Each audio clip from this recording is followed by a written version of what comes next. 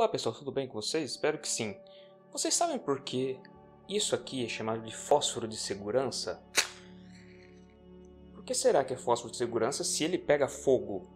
E a resposta é muito simples.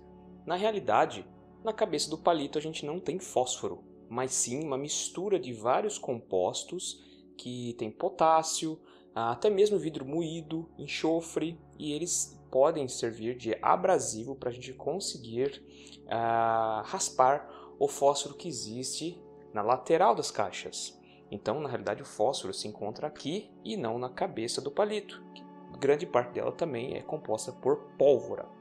Bom, mas qual o fato então de ser chamado de fósforo de segurança? Bom, o principal fato é que por não existir fósforo na cabeça do palito, ele não vai ficar dentro da caixa raspando um no outro. Se tivesse fósforo aqui e eles raspassem um no outro, você acabaria tendo o início de ignição. E obviamente isso no passado aconteceu, né? Porque se hoje existe esse modelo na caixinha, né, que você tem o fósforo no lado oposto, você tem a possibilidade de isso ter acontecido no passado. E obviamente o fósforo do passado, ele tinha o quê? Ele tinha a pólvora e também tinha sobre a pólvora, bem no alto da cabeça, se vocês procurarem fotos mais antigas de palitos de fósforo, ele tinha uma pontinha branca.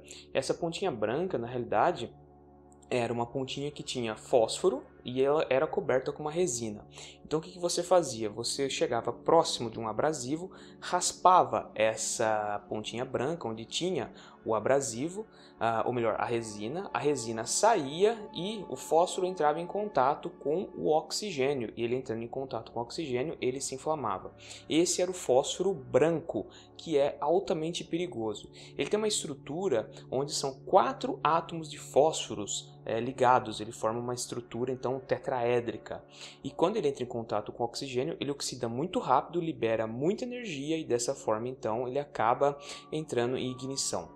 Abaixo dele havia pólvora, o que facilitava então, com aquecimento, você liberar a chama. E obviamente, quando você tinha isso dentro da caixa de fósforo, uma cabeça de fósforo ficava raspando na outra, e com esse atrito você tinha então a liberação de chama, e essa chama produzia um incêndio muitas vezes, né? Por quê? Porque a caixa de fósforo possuía muitas vezes 30 palitos. Então, é por esse motivo que o fósforo, na realidade, nas caixinhas aqui do Brasil, ele se encontra na parte externa, porque você tem muito menos abrasão, tudo bem? E, obviamente, existem formas alotrópicas do fósforo. A gente conhece o fósforo vermelho, o branco e o preto. O mais perigoso, obviamente, é o fósforo branco, porque ele reage diretamente com o oxigênio. Quando você vai armazenar o fósforo branco, você tem que armazenar ele num ambiente onde não tem oxigênio. Então, muitas vezes ele é guardado dentro de querosene. Enquanto que o fósforo vermelho, ele é um alótropo do fósforo, que é muito mais estável. Então, ele acaba não agindo diretamente com o oxigênio rapidamente, oxidando e liberando chama. Você precisa fornecer energia para que aconteça isso. Então, você precisa fornecer atrito. Por esse motivo, na maioria das vezes, as caixas de fósforo, elas são, além de possuir o fósforo ao lado, né, elas possuem também ali no meio vidro moído, areia e até mesmo alguns abrasivos à base de enxofre e o potássio encontrado na cabeça do fósforo. Então você raspa um com o outro e você tem o material que pode gerar tanto oxidação quanto o fornecimento de energia. Dessa forma, então, o fósforo que existe na caixa, na lateral, ele não vai entrar em ignição tão facilmente. É muito raro que aconteça isso. Uma outra forma alotrópica do fósforo, e a mais rara de todas, é o fósforo preto. Ele é muito raro e dificilmente a gente consegue encontrá-lo na natureza.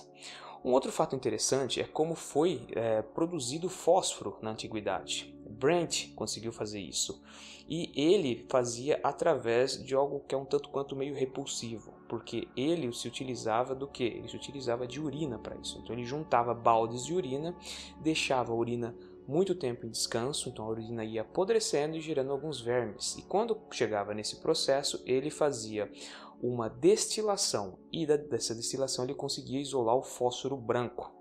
que por sinal é muito oxidativo e libera energia. Então no passado era dessa forma que você conseguia produzir fósforo. Na realidade essa foi uma das primeiras formas. Depois descobriu-se que o fósforo poderia ser encontrado aonde?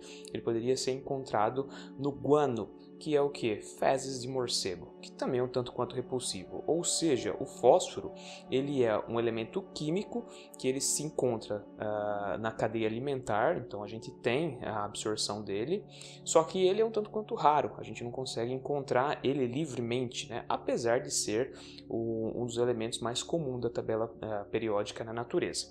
Mas ele não é tão simplesmente absorvido pelo sistema biológico. Então existe uma necessidade de um processo para que isso ocorra. E para que isso ocorra, então você precisa de alguns fixadores. Por esse fato, então, esses meios de se produzir fósforo são muito importantes. Outras formas de produzir fósforo é através dos minerais dele. Então você tem minerais que já contêm fósforo, são os fosfatos. São métodos muito menos repulsivos, né, de a gente conseguir isolar esse elemento químico. E quando a gente estuda ele, a gente observa que, como eu disse, ele até é um elemento bastante comum, se a gente for parar para pensar. Ele está entre os 10 mais comuns da tabela periódica, da natureza, mas a gente tem então esse processo um pouco meio difícil de conseguir absorvê-lo.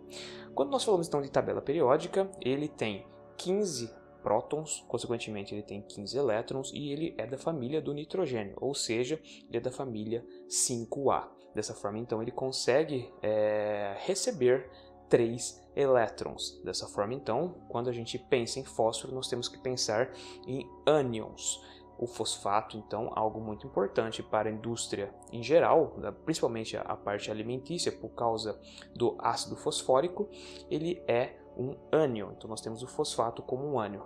PO4, 3-. Então, a gente tem aqui um íon composto com um oxigênio, logo ele é um oxíon, tudo bem? Então aqui nós conhecemos um pouquinho da história do fósforo e do porquê que nos filmes muitas vezes as pessoas raspam fósforo no chão e ele acende, e quando a gente vai tentar fazer isso em casa não é tão fácil.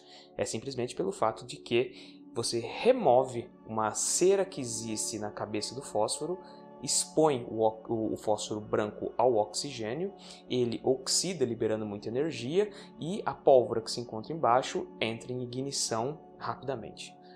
Pessoal, peço, se for possível, que vocês curtam esse vídeo, se inscrevam no canal, clique lá no sininho para receber mais vídeos sobre curiosidades científicas e da tabela periódica. Agradeço a sua companhia e até o próximo vídeo.